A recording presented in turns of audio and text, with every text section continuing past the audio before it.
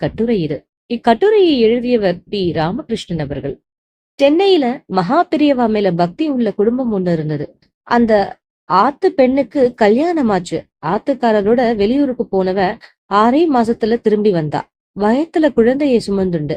என்னத்தான் புக்காத்துல சீராட்டினாலும் கர்ப்ப காலத்திலேயும் பேறுகாலத்திலேயும் தாயார்தான் உடன் இருக்கணும்னு பொம்னாட்டிகள் ஆசைப்படுவா பட்டா.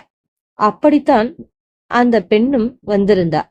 பயிறு பெருக்க பெருக்க பிரசவத்தை நினைச்சு பயமும் பெருசாகி கொண்டே இருந்தது அந்த பெண்ணுக்கு. அந்த சமயத்துல ஒரு நாள் அவளுக்கு நல்லபடியா குழந்தை பிறந்ததாகவும், அந்த நேரத்தில் எதுக்காகவோ மகா பெரியவா அவ ஆத்துக்கு வழியே வந்திருந்ததாகவும் கனவு வந்தது.